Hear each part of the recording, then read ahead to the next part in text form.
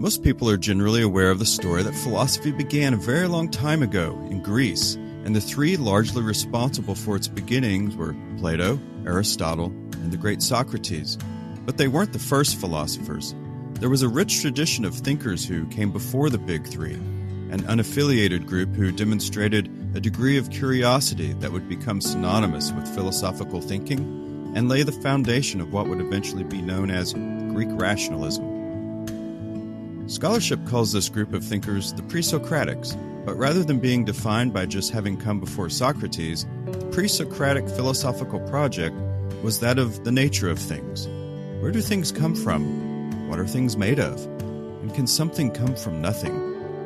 Though today, in the light of our scientific knowledge, we find the reflections on nature perhaps simplistic and incomplete, there is still a charm to their thinking from which much can still be gained.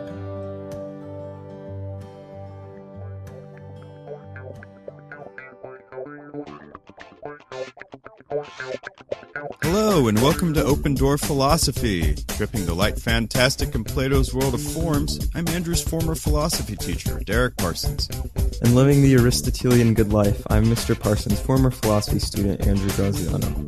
Welcome to episode 41, where we're going to dive into and talk a lot about this group of philosophers called the Pre-Socratics, which is really a pretty cool group of people. But anyway, before we get to that, Andrew, how's school treating you? It's good. It's busy as normal, but having a good time, learning a lot of cool stuff. Yeah, I guess that's all. I've been. I feel like nothing's new, nothing's exciting. But Andrew, Heraclitus says everything changes. Is the nature of things. Nope. Well, you can argue with him later in the episode. I'm looking forward to it. How are you doing? I'm good. So the biggest news in my life is that I got a new pair of glasses, which is always exciting and troubling to people. When someone shows up with a new pair of glasses. And now that I think about it, obviously no one who's listening can see these glasses. And I was going to point them towards the website, but now that I was thinking about it, the picture on the website is like 2 glasses ago. So, things do always change, Andrew. Like my glasses. Oh, geez. Today it's all about the Pre-Socratics. And everyone, we'd love to hear your thoughts and reflections on this group of philosophers and their theories. So hit us up on our socials on Twitter and Instagram, or email us at contact@opendoorphilosophy.com. And make sure to visit our website too, where you can find all our past episodes arranged by topic, chronologically, and by guests who have appeared on the show. And we also have really cool resources associated with episodes, so check that out too. That's right. Check it out.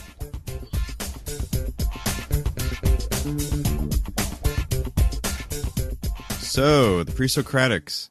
Andrew, clarifying terms is always an important activity in philosophy. So what is, or who was, or what is a Pre-Socratic? The simple answer is people who came before Socrates, but that's a generous, well, that's not always true. There's some Pre-Socratics who we consider who lived during the time of Socrates as well, might have been born around the same time or maybe a little bit after him. So yeah, I would say the best way to think of Pre-Socratics is when Socrates came around, he kind of altered the fundamental shape of philosophy into thinking about, well, really using different methods to investigate the world, I would say, and kind of turning away from things that we'll talk about in this episode and that we'll highlight more next week or our next episode where we talk about Socrates more. Basically, Pre-Socratics is these people who are probably philosophers who came before or during the same time as Socrates, but really just were using this method of investigating the world that was pre-Socratic, pre-Socrates' method of exploration. Yeah, and so it's not like they're a school of philosophy, like, say, Stoicism or anything like that. It's that they, 1, came before Socrates, and 2, their concerns were largely about nature and the natural world, versus Socrates, like you said, turns that and philosophy becomes more about the person in society. and it becomes much more inward about character and virtue. But a lot of people think that philosophy began, I mean, this is what we're taught in high school, right? Philosophy began in Athens, like in ancient Greece. And, the big three, Socrates, Plato, and Aristotle. But I'd like to, I'd always push back against that term, like Socrates is the father of philosophy, as if like he was the beginning of it or something.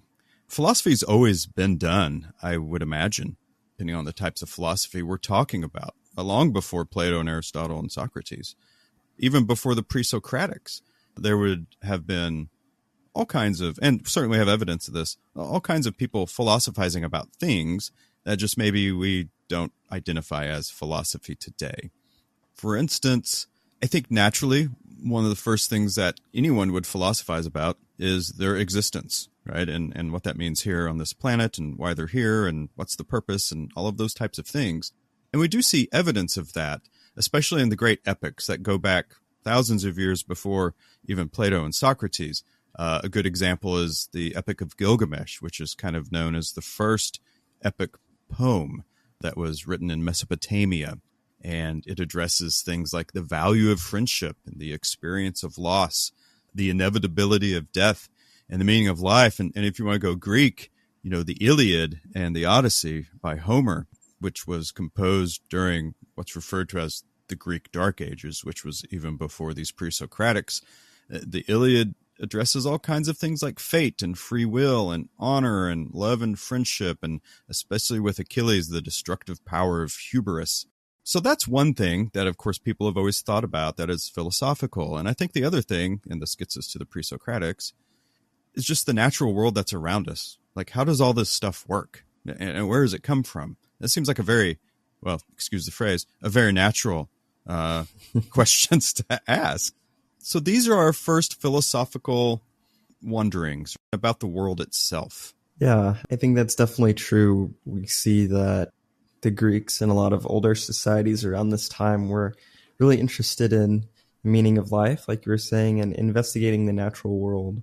And when we're really starting to see these first philosophers, these first Western Greek philosophers come up, and I think the reason that we're so captivated by them is it's the first time in the Western world that I'm aware of that these philosophers are trying to come up with like an explanation of like all things, kind of. They're trying to explain the makeup of everything that's around them. And that's, I don't know. I mean, they're wrong. Like we'll see in the episode. They're wrong about it. But it's kind of the first time that they're doing that in giving reasons why what's made up around them is how it's made up around them. And so it's a very ontological study of being. They're studying how things are in the world, how they exist, what they are. Very big questions that I don't know. I mean, I'm assuming that these are the first time that they've been talked about in the Western world. But well, documented anyway, right? And speaking of documentation, with a lot of these Pre-Socratics, we don't have a lot of what's left of their original works. So, we're going to talk about Heraclitus and Thales, and really only fragments remain of their philosophy that we have today. And a lot of what we know about them is through other philosophers who have talked about them. Socrates talks about Heraclitus, and the Stoics talk about Heraclitus as well. So we know about these philosophers and kind of what they thought, partially from their fragments, but also partially from what other writers, historians, playwrights, whatever, said about them in their work. So kind of one of the things that's fun about these Pre-Socratics is, given that we don't know a lot about them, we can be very creative with how we think about them, and with what they wrote, we can also be very creative with them. So I think listeners will see that as we go throughout their work. They're quite, I don't know the right word. All of these Pre-Socratics are kind of a little, flamboyant's also not the right word. Geez. They're interesting. All of them are very interesting. That's what we'll say. Yeah. And we are saying they're Greek, but I'd also like to point out that, and we're not going to talk about where each one of them came from, but I would call it the Hellenistic world, which would be the Greek peninsula and then all of the islands that are out in the Aegean. But that also includes Turkey, modern day Turkey, and even some of them, traveled to Egypt. So, that eastern part of the Mediterranean is really where most of them were located. And again, these Pre-Socratics, so just for a point of reference, Socrates, which we identify as the turning point in philosophy. Socrates lived from 470 to 399. So only one or two of these are contemporaries of Socrates, and just barely. Like Democritus dies the year that Socrates is born. So that's kind of the world they lived in. These other philosophers were aware of these thinkers. They weren't quite contemporary, but it would be someone as if like today you're learning about FDR or someone who lived not too long ago, but wasn't necessarily still alive, but we know a lot about them. I guess the last thing to say before we jump in is, again, their philosophical project was the natural world. And like Andrew pointed out, yeah, they were wrong on a lot of these things. So the question is, well, then why do we study them? So it's not what they thought and what their conclusions were necessarily, but it's how they thought. Their curiosity is admirable in the world of philosophy and the way they went about things. So that's why, if you're ever wondering, why do we study these pre-Socratics that were so wrong on everything? Well, that's why.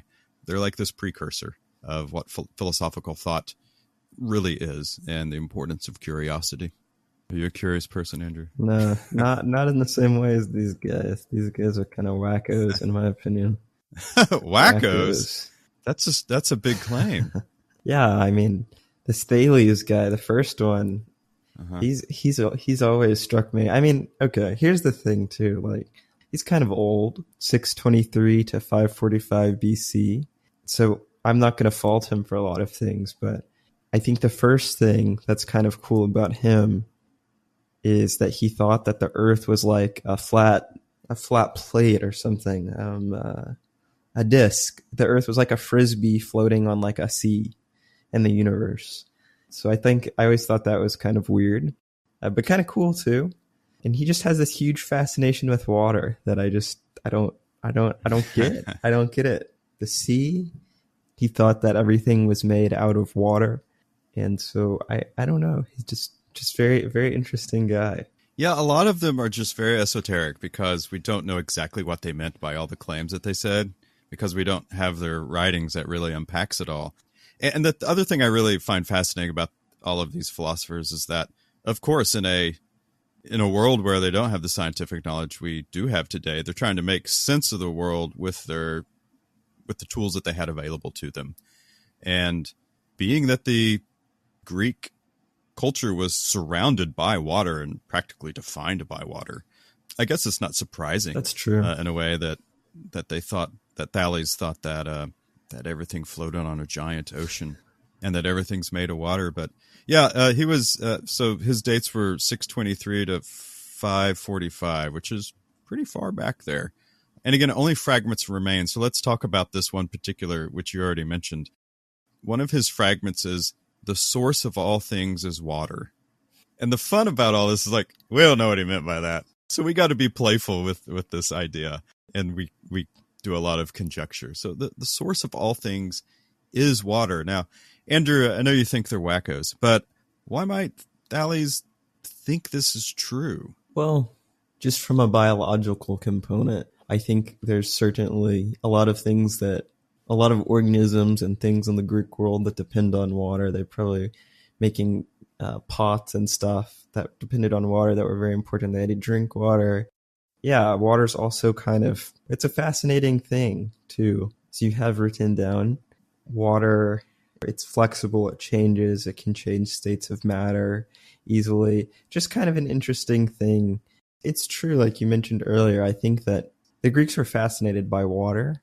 They were very much at least later, but I think now too, they're very much dependent on like a heavy navy and stuff. They're all on a beautiful ocean too. So I'm sure that kind of contributes. They probably got a lot of their fish and stuff, meat from the water. So yeah, it's probably not too surprising.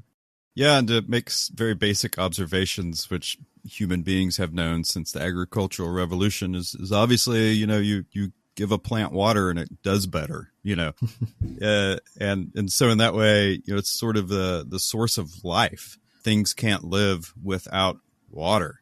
That's just a basic observation about nature.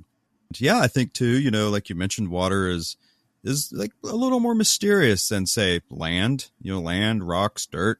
sure, there are things under the crust and like in caves and everything, which Greece is filled with caves because of all their mountains. And that's certainly mysterious, and why some of their holy places were, or sacred places were located in caves. But also, like, the water is mysterious too, right? You think about that ocean that's around them and how beneath the depths, lies this mystery. And I can see how water would be something that's fascinating. And like you said, yeah, it changes states, right? So ice or to vapor and then back to water. Whereas, rocks and land, and I mean, you can grind a rock down into sand or something, but like water was a little more mysterious than probably other elements. Although I would imagine something like wind was very mysterious too. That's true. Yeah, that's true. Yeah. There's one more famous quote from Thales, that all things are full of gods. This is kind of, I don't even know how to preface it. I feel right. like, yeah, I don't know. I feel like this one's not quite as odd as maybe the water thing, but maybe that's just because I've been panpsycasting a little too much lately. Just kidding. But yeah, what do you think about this, Mr. Parsons? All things are full of gods. Oh, I love this quote. I really do. I mean, what a mysterious sort of quote. And I think of the Platonic conception of human reason being like the spark of the divine in all of us, as they called it. But even this conception, what animates things? What animates a snail, or what causes the wind, or what causes rocks to form the way they do? And I can see in a pre-scientific world as far back as the 7th century BC of things being full of gods. And of course, there are plenty of religions today that still have that conception. It's called pantheism or panentheism, depending on which version of that you want to go with. But yeah, the idea of that everything either is God or there is some of God in all things. I mean, even mainstream Christians believe that, in a sense, reality is an expression of God.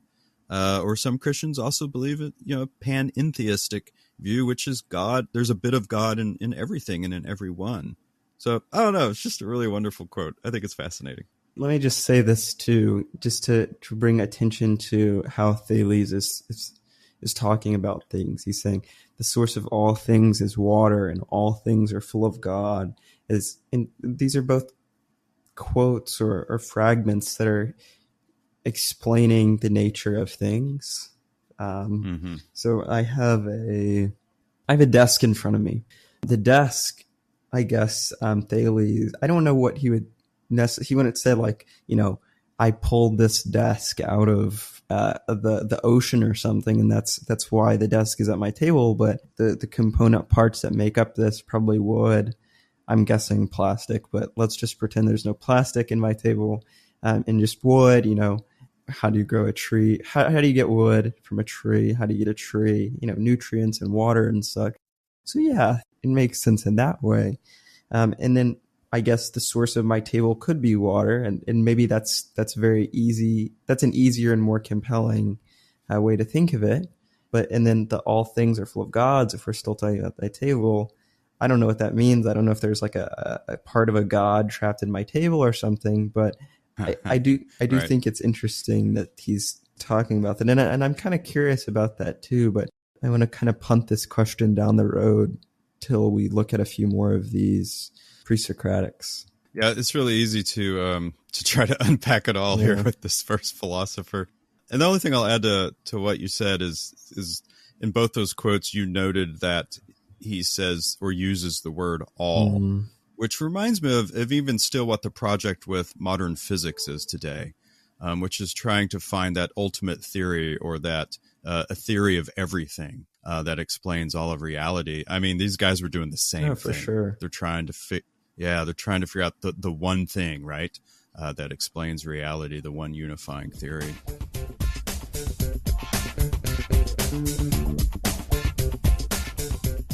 Okay, well, however we're pronouncing his name, or the next philosopher that we want to talk about is Anaximander. Is that right? I don't know. You feel good about that? Anaximander is how I'm saying it. So this guy dies like almost at the same time that Thales did. So they were contemporaries of each other. He lived 610 546 BC. Now, again, like making a connection with modern physics, everyone's kind of familiar with this idea anyway, at least the idea of a multiverse. So here we go. Anaximander said, the world is only one of a myriad of worlds that evolves and dissolves into something that he called, and I love this word, that he called the boundless. That's such a you thing to like though too. It's such like a dramatic, is it? Dramatic. The boundless. What does that mean? Oh, I love it. I think it's funny you associate it with something I would like. It's like it, it has like that very romanticism, I don't know. Yeah, it has that romanticism vibe that whenever I think of that, I think of you. So yes, not that I think you're like a boundless person or something, whatever that means. Oh, no, I have my boundaries.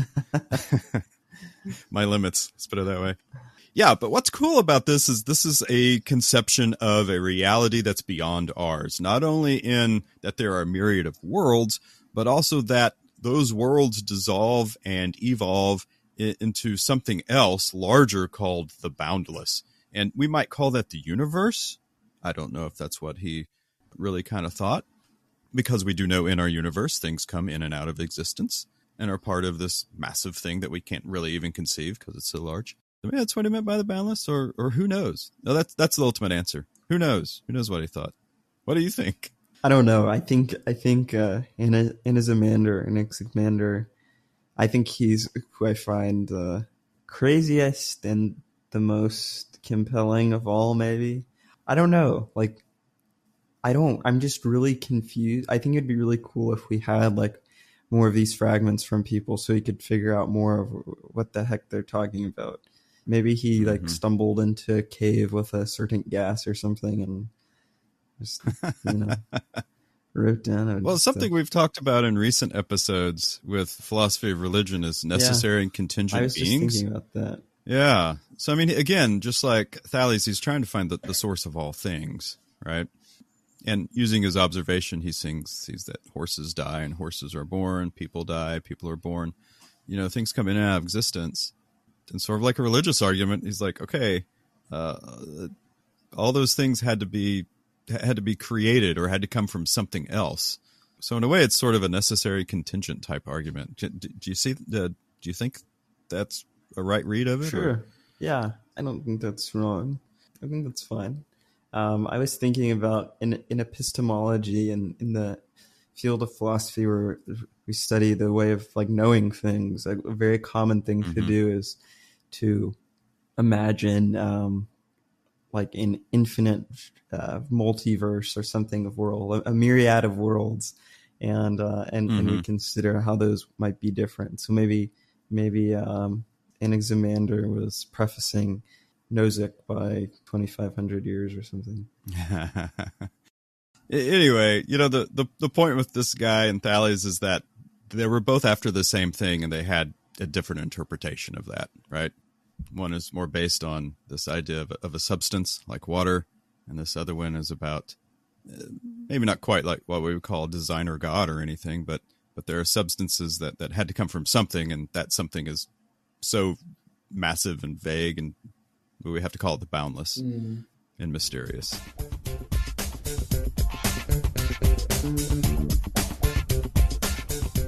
Let's move on to our next philosopher, Parmenides. Did I say Parmenides? That? Yeah, one of my favorites. One of my favorites. Oh, really? Yeah. Well, then I'll shut up. No, well, not because not because I especially love him, but he's I think the first big Italian philosopher. So you gotta love him just for that. Oh, yeah. I didn't know that. So where in Italy? He's from this place called Velia, which is on. Where is it? It's in Salerno. So it's on the peninsula. It's not an island. Yeah, it's on the peninsula. It's about, I don't know. It's between Naples and Sicily. Okay. It's right on the coast of Western South Italy. Right on if you're thinking of a boot, like the thing that curves on the boot. But anyway, yeah. Right. Sounds like a cool dude. 515 to 460 BC. And he believed that everything has always existed. Yeah, this goes back to that wonderful law that we constantly refer to in philosophy as the law of causation. And we got into those philosophical arguments with philosophy, religion. It's like, have things always existed, or was there a beginning? Yeah, I think that Parmenides is really, really interesting. Yeah, because I think this idea that nothing can come out of nothing, that everything has always existed, it's pretty cool. And also, oh yeah, you have this written down. Yeah, he believed that nothing could ever change, which we'll have someone who contrasts with that in a second. But this guy's pretty cool. I think Parmenides thought that what makes up a thing are a set of certain conditions, and those certain conditions combined together make up a thing. And if you take away one of those conditions, you fundamentally change what the thing is. And so he believed that if things are always changing, or if a thing changes, then it's losing these conditions, then it can't be the same thing, and it's just going to kind of result in some kind of regress. And I think in philosophy and metaphysics, we consider Parmenides like the father of metaphysics, just because his stuff is so, it's complex, and it's talking about the nature of how things are and such. It's quite unfortunately very complicated, I think. Anyway, what do you think of Parmenides? Again, like, he just fits so well in with all these other thinkers, in that he thought something a little bit different than everyone else. And when you combine them all together, you have just a whole bunch of really interesting reflections on reality. Yeah, this idea that the universe began, frankly, is a very Western idea, and it comes from us, or it comes to us from the Abrahamic faiths that became dominant in our area, that, God created. So therefore, there was a point when there was nothing. And if you look at a number of other creation myths throughout Mesopotamia and Egypt, I mean, there is some description sometimes of there being nothing, but there's lots of descriptions where there is something, and that something is just a massive void or dark water or something like that in some of these other creation myths, indicating that, well, maybe something has always existed. It might not be certainly what exists now. So the idea of everything always just existing, like the universe, was not a terribly foreign idea to the Greeks, who had not yet been exposed to the Abrahamic faiths. So this idea that nothing can come out of nothing, and nothing that exists can become nothing, yeah, it's really intriguing. And again, I think modern physics with the Big Bang Theory has got things whittled down to microseconds at the beginning of the universe. But the big question is, what's on the other side of that? Like, what's the snap? What's the snap of the finger that began the universe? And is there something on the other side of that? Has the universe always been and just contracted down and then blew up again? We don't know. So anyway, Parmenides is like, yeah, it makes sense that, like, everything has always existed because something can't come from nothing. Let's talk about Heraclitus, and then I think it's going to be really easy to contrast the two.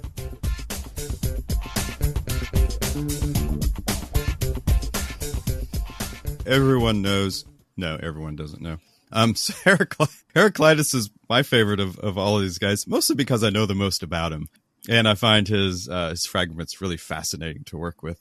If you want to talk about a translation rabbit hole, you can go out there and start getting different translations of Heraclitus's fragments that are left over from his one work that we know of, which was called On Nature. They're such small fragments that you have to try to make sense out of them, and how words are translated can change it significantly and all that sort of stuff. So we're going to talk about some of those fragments. But he lived from 535 to 475 BC and was very well known amongst the people of the time when Socrates and Plato and all those guys were doing their thing. In fact, Socrates mentions Heraclitus, rather Euripides, the playwright, supposedly asked Socrates what he thought of Heraclitus's book On Nature, and supposedly Socrates replied that what he understood was excellent, and so were the parts that he didn't. So even Socrates found Heraclitus difficult, and he had access to the text in its original language. So Heraclitus, honestly, like through the Middle Ages in Europe, really becomes a fascination for a lot of thinkers. Heraclitus is featured pretty prominently in Raphael's School of Athens. And because we only end up with fragments, he seems very mysterious. So he also has all these nicknames that we hear him called throughout the Middle Ages, like Heraclitus the Obscure or the Dark Philosopher, or sometimes he's just called the Riddler because his fragments are so just mysterious. Yet, obviously, he held great sway, not only here in Greece, but all through through the classical Roman period as well. So Heraclitus, everyone, here we go. Heraclitus is well contrasted with Parmenides because Parmenides thought that nothing was changing. Basically, everything was just eternally existing. And Heraclitus thought everything was basically eternally changing all the time. You can't step in the same river twice, for it's not the same river and you're not the same person. Very famous quote. I think in a past episode we mentioned that was one of the early podcast names of Open Door Philosophy. Oh, yeah. We were thinking of, what was it? The Same River Twice, right? The Same River Twice or something was like a possible title. Yeah. Anyway, I think, and this distinction's really cool between Parmenides and Heraclitus. So Parmenides, nothing ever changed. Heraclitus, everything is always in changing. And this debate has carried down literally throughout the centuries and is the subject of still modern day philosophy and theoretical physics. There's this big debate between the A theory of time and the B theory of time. Yeah, so the A theory of time is something more like Heraclitus, or the A theory of time, I think, has been inspired by Heraclitus, and the B theory of time is inspired by Parmenides. And so I just think that's cool. It's these ideas about change, the nature of the universe, how time really is. That's really carried throughout till modern days in a really cool and fascinating way, right? Like we were saying that one of the big things about these pre-Socratics is that they're trying to figure out the nature of the world, the way things are. Mm-hmm.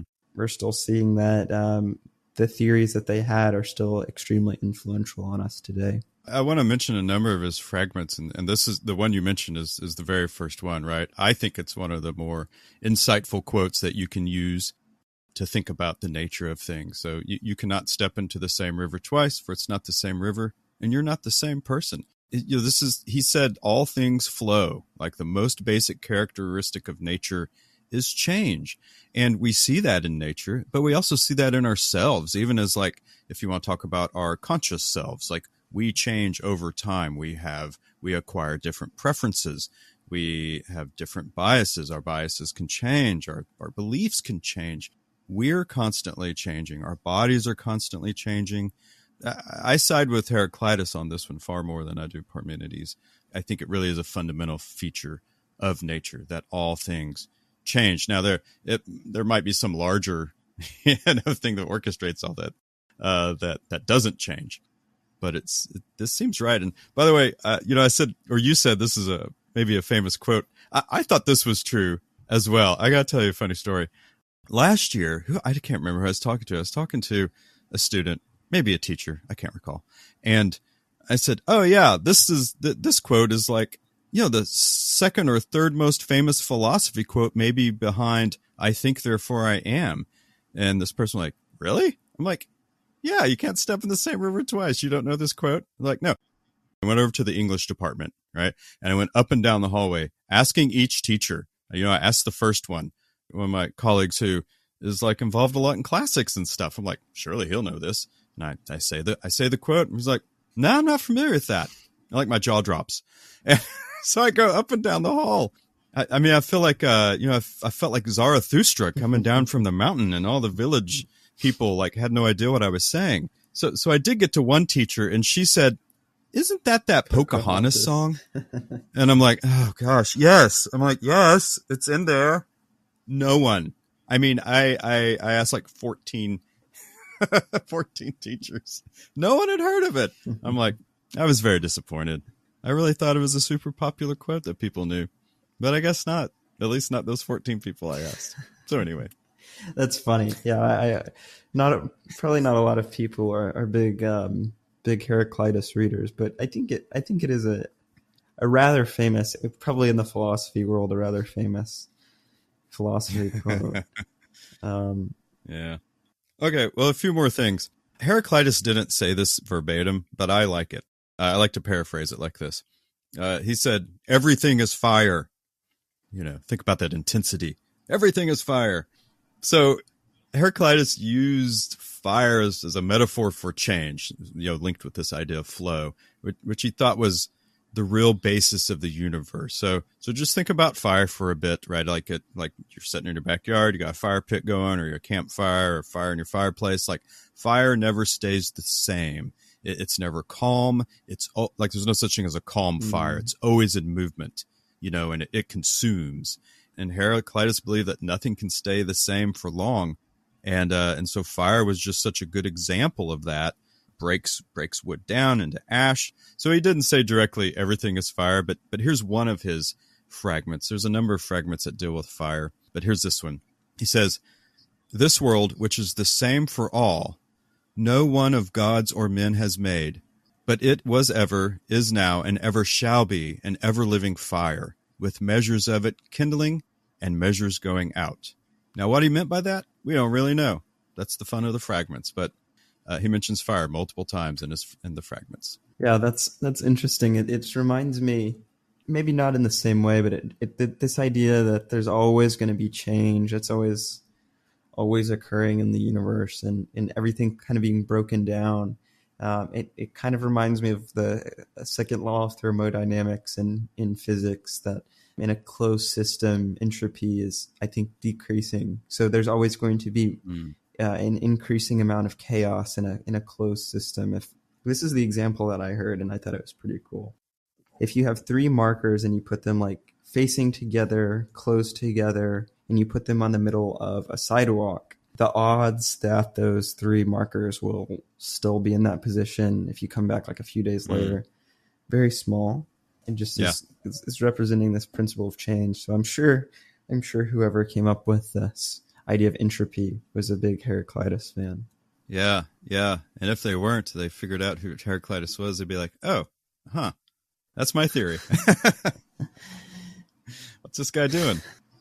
Okay, another big theory of his that I like because I think it's very yin-yang and very Taoist in a way, is he always talked about, well, I don't know, he always talked about it. It's his fragments, but the unity of opposites. So here's two quotes from the fragments that seem to address unity of opposites. So one is, the cosmos works by harmony of tensions, like the lyre and the bow, which of course was an instrument back then. And those are two different things. And in order to make sound, there must be this friction between the bow and the lyre string, which creates vibrations. They seem opposite of each other's. But another one here, another quote is, from the strain of binding opposites comes harmony.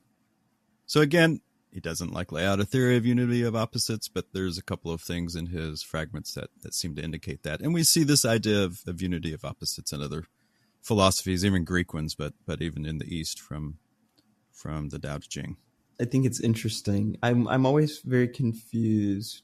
So I'm guessing how these pre-Socratics came up with these ideas is that they just were, observing the world around them and making observations and such. So I'm always so interested in how they come up with these ideas. Another Heraclitus quote that all you Stoics out there will love. The content of your character is your choice day by day. What you choose, what you think, what you do is who you become. A second, also very Stoic quote.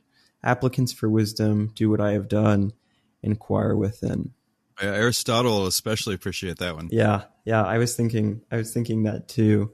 So this first one, the content of your character is your choice, day by day. What you choose is what you become. It's such a Greek idea, right? Like these Greeks are so influenced by their epics that came before them, and this importance of developing your character and having a good character. It's Stoic, but I think we're seeing this influence from earlier epics in this work of Heraclitus. But it is cool. I know the Stoics probably loved him. And applicants for wisdom, do what I have done, inquire within. Like Mr. Parsons said, very Aristotelian idea that really the answer to all your problems, or not maybe all your problems, but what you should do, your decision procedure in a specific case should come from your reason, entirely from your reason within yourself. So. Yeah, and it also makes me think of one of the inscriptions at the Temple of Delphi, which is very famous, know thyself, right? And I want to say Aristotle said something, I'm paraphrasing, said something along the lines of the beginnings of all knowledge is knowing yourself, or something similar like that. Inward reflection. This last one, this last one really warms my heart. Who knows what Heraclitus meant by this? It's a fragment. But this last one is, dogs bark at what they cannot understand. And the reason I like it is because, of course, you could just be talking about actual dogs. Like, anyone who has a dog knows that sometimes they just start barking and you're like, what is going on?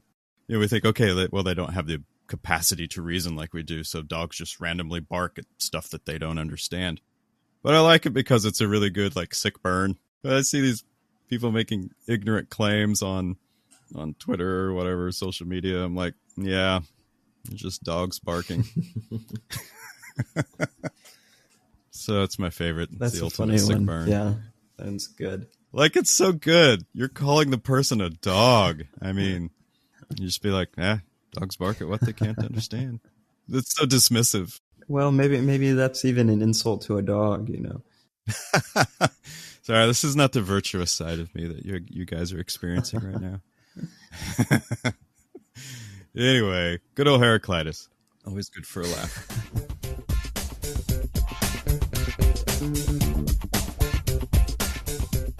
This next philosopher is Avatar: The Last Airbender's favorite, Empedocles, 494 to 434.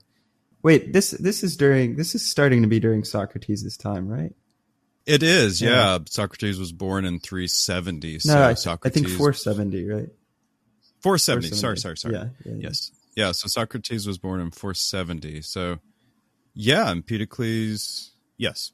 Just to answer your question. Yes. Yeah. Yay, that's great. So, finally starting to get into some fun territory here. Just kidding. So, this guy's pretty cool. I think, so he's looking back at people before him. He's saying, well, Heraclitus, I don't know if everything is fire, like Mr. Parsons said, and Thales, I don't know if everything is actually just water, and so maybe things are combinations of all of these things, because maybe there's some merit to what you say, Thales. Yeah, it does seem like my desk might have originated from water. Heraclitus, sure, maybe everything is always changing, and fire is an important element in change.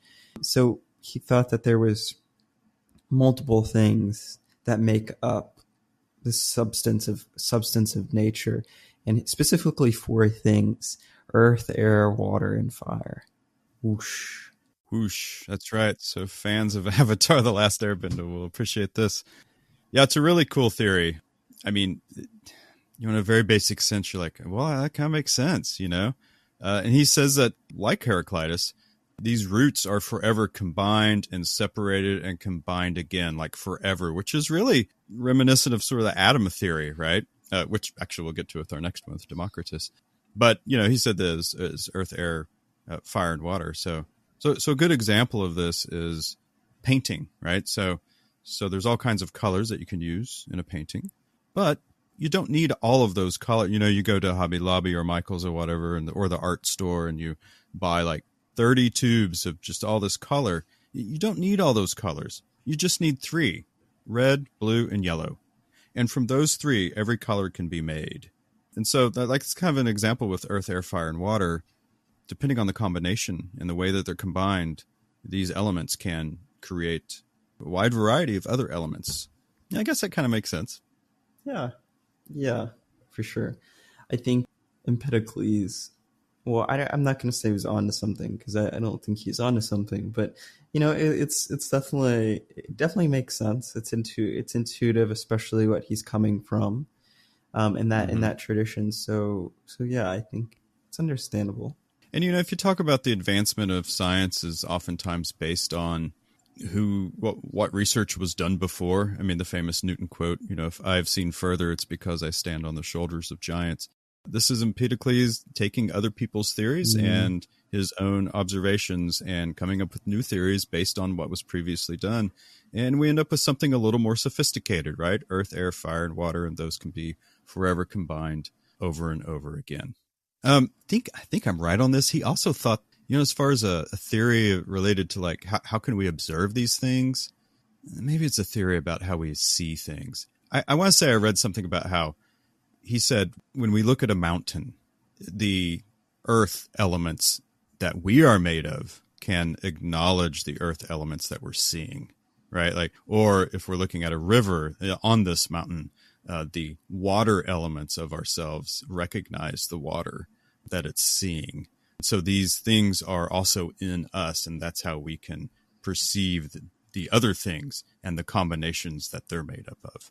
That's funny. That I don't know if you've ever heard this, but it reminds me of that game recognizes game quote. Tell me that. Game recognizes game. Yes. Yeah. Anyways. Yeah. So if you're a baller, you recognize a baller when you see him.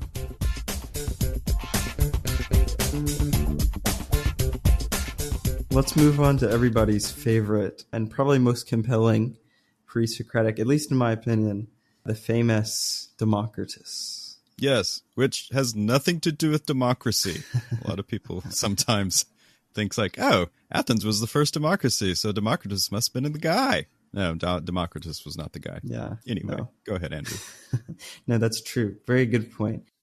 So Democritus, 460 to 370 BC, and he is very famous for believing that everything was not made out of fire, earth, water, air, but was made out of these tiny blocks that were the smallest unit of matter called atoms. Yeah.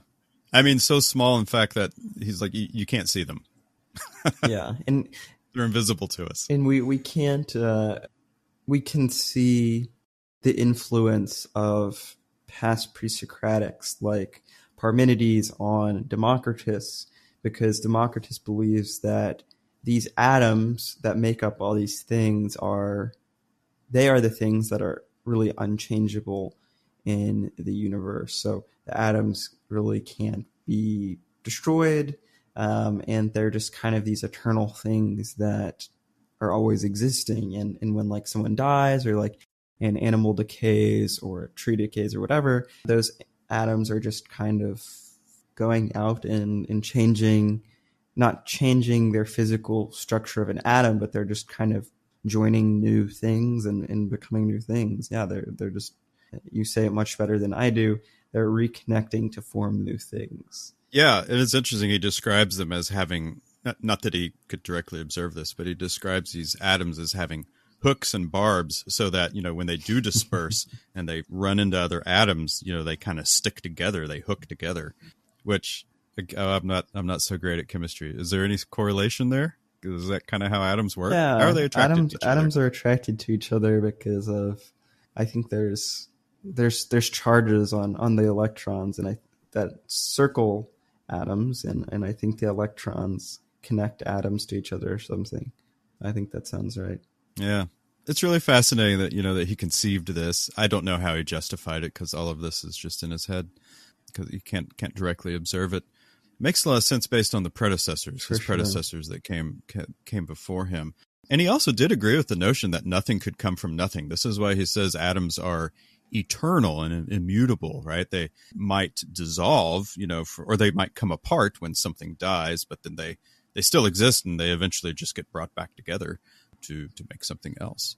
And so they're eternal. And in that way, he could maintain his claim that nothing could come from nothing. And that's because we have these eternal parts called atoms.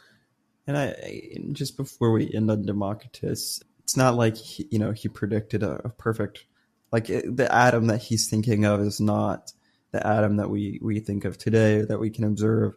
It's, he literally thought they were like little minuscule blocks. And like you said, that had like Legos. Yeah, exactly.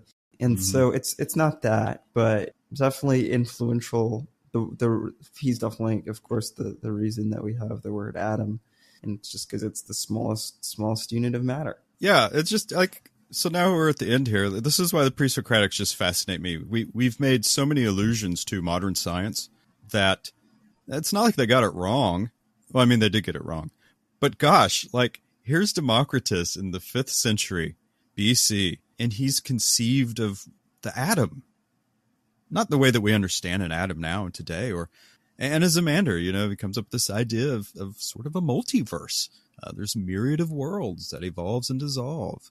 This is what's fascinating to me, and how maybe in a way science is very intuitive, but also it shows how you build on the knowledge of your predecessors before and can come to these conclusions. And it makes me wonder, like, for ourselves, where are we going to be in 500 years? For sure. Based on the knowledge we're creating today.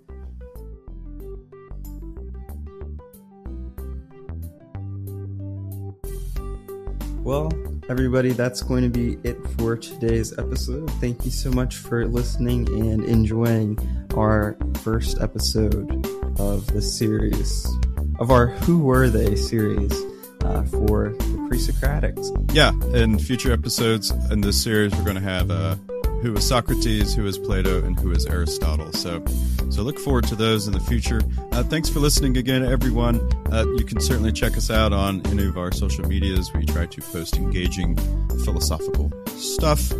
And so that's on Twitter, Instagram, and our website, opendoorphilosophy.com. Or you can email us. Please do at contact@opendoorphilosophy.com. Thank you to Kevin MacLeod for his music right now. It's very groovy, and we hope you enjoyed our new music at the beginning of the episode today, too. Let us know how you liked it. Yeah, let us know how you like the new intro. We'll be interested in that. So, I guess that's it. That's it, Andrew. Yeah, I guess We're that's done. all. Something's changing. Something is changing. We are done. And listener, you're done too. So, hey, remember, when your life is in need of a little philosophy, the door is always open. See ya. Peace.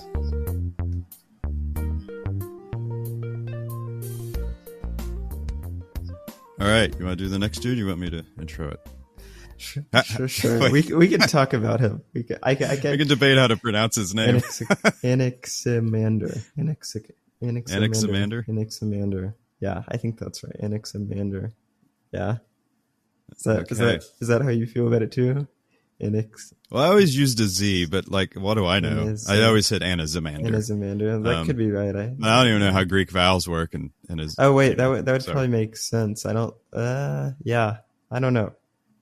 How about you intro? Wait, we say Xenophon. That starts with an X, but pronounce it as a Z. Xenophon. Yeah. I don't know. Welcome to our linguistics podcast. I can look up the Greek real quick. Oh, it doesn't matter. The fun part is that we don't know how to pronounce it. So no, I got like their claims, it remains a mystery. I think you're right. Oh gosh, I'm so rusty. Whatever. We can say it however we want. We can say it however we want because it's our podcast. Here. All right, go ahead. Oh. Oh, you want me to do it? All right.